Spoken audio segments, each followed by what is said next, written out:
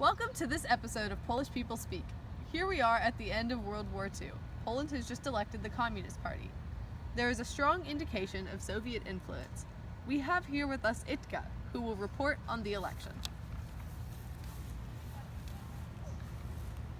It seems as though the communists are rising to power here in Poland. Somehow they have eliminated all political threats to their rule, such as leaders of political parties that did not cooperate with the Nazis' rule. The Soviets have ensured the Polish people and politicians that the only way to regain power and rebuild their country is to cooperate with them. Many Poles support the Soviets for their power and ability to secure our borders and protect our country from the Germans out west. We are a patriotic country, and we will do what it takes to keep our people safe.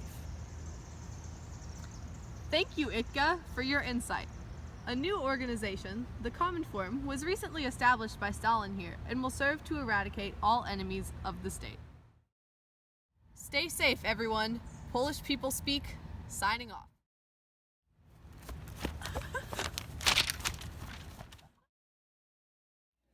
Welcome to Polish People Speak, the only non-censored news channel.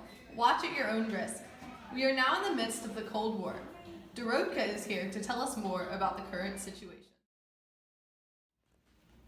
The Cold War is the non-military conflict between the USSR and the United States. It has greatly affected our country, many countries, including our beloved Polska. The political ideologies, communism and democracy, have clashed as Europe seeks to rebuild itself. The USSR supports communism and the US is in favor of keeping communism contained and allowing free elections. There are reports of large sums being spent by both countries on further development of nuclear warfare. We are all very afraid for the future and live in a constant state of tension and anxiety because we don't know whether these weapons will be used. That is very concerning to hear, Dorotka. This conflict started in 1945 and will end in 1991. Let's hear about what life is like under communist conditions. Yes, as Dorotka was saying, life is very difficult here. We live in constant fear and oppression. We have no freedom of speech, and those who speak out are punished or taken away. No one knows where they disappear to. The press is censored, so we have no idea what is really going on anymore. It's a confusing and uncertain time. Many times we do not have enough to eat, and the grocery stores are bare. Were there any resistance movements? Yes, there were resistance movements. The Polish government was hoping to regain power from the Nazis, and we had an army called the AK, also called the Home Army. Cardinal Stefan Wyszynski wrote 2 letters in which made the communists upset. Lech Wałęsa, the former president of Poland, was one of the leaders of the Solidarity movement. One of the goals of this movement was to take away the power that the Nazis had over labor organizations. There were also many protests by workers. There were no notable student protests. In 1970, there were the Gdansk protests in the shipyards due to the raised prices of imported goods needed by the consumers. These protests led to death, prison, injury, and violence towards thousands of people. How did the communists finally fall from power in your country? It was a happy day when Joseph Stalin died.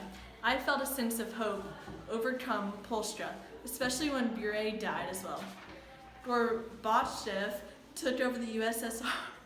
As the 1970s passed, General Wojciech Jaruzelski continued communist leadership, but Walsha and the Solidarity movement continued to grow in progress. Finally, I remember this day so clearly. Jaruzelski stepped down in 1989. Lech Wałęsa ran in the free presidential election and won, and that is how the communists vanished in my country. You heard it here first. Thank you all who shared their experience. Polish People Speak, signing off.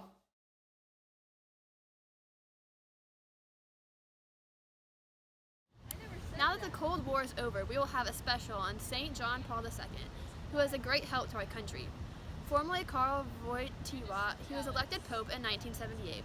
JP2 began the Solidarity movement in Poland with his 9-day pilgrimage to Poland. This sparked a revolutionary atmosphere throughout the country and gave the Polish people hope and strength. JP2 defied the communists who were against religion and God by saying Mass and encouraging prayer. JP2 was one of, if not the most influential, of the contributors to the fall of communism in Poland. His efforts surely paid off and times have truly changed. In fact, World Youth Day, The biggest Catholic youth rally in the world that was started by JP2 was held in Poland in the summer of 2016. Thank you for tuning in to this special episode of Polish People Speak. Hope to see you next time.